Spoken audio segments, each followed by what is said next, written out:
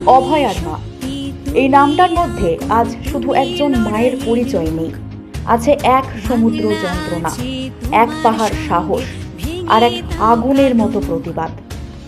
যে মা একদিন তার সন্তানের হাত ধরে স্বপ্ন দেখতেন, আজ সেই মাই দাঁড়িয়ে আছেন শূন্য হাতে, তবুও ভাঙেননি। একজন মা যখন নিজের সন্তানকে হারান, তখন তার ভেতরের পৃথিবীটা শেষ হয়ে যায়। কিন্তু অভয়ার মা সেই শেষের মধ্যে খুঁজে নিয়েছেন নতুন একটা শুরু, ন্যায়ের জন্য লড়াইয়ের শুরু। তার কণ্ঠে কাঁপন আছে কিন্তু দুর্বলতা নেই, তার চোখে জল আছে কিন্তু সেই জলের মধ্যেই জ্বলছে প্রতিবাদের আগুন। যে কোল একদিন ভালোবাসায় ভরিয়ে তুলেছিল তার সন্তানের জীবন, আজ সেই কোলই শূন্য, তবুও ভেঙে পড়েনি। চোখের জলে বুক ভিজেছে, কিন্তু সেই চোখেই আজ আগুন ন্যায়ের জন্য, সত্যের জন্য। মা মানে তো শুধু আদর নয়, মা মানে তো লড়াইও।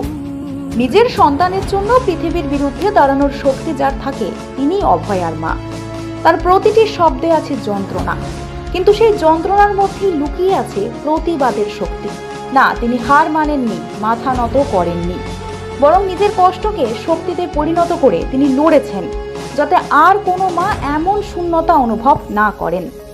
অভয়া শুধু একটা নাম নয়, অভয়া আজ একটা প্রতীক, অন্যায়ের বিরুদ্ধে দাঁড়ানোর প্রতীক। আর সেই লড়াইয়ের প্রথম সৈনিক তার মা। এই মাকে শুধু সহানুভূতি নয়, সম্মান জানানো উচিত।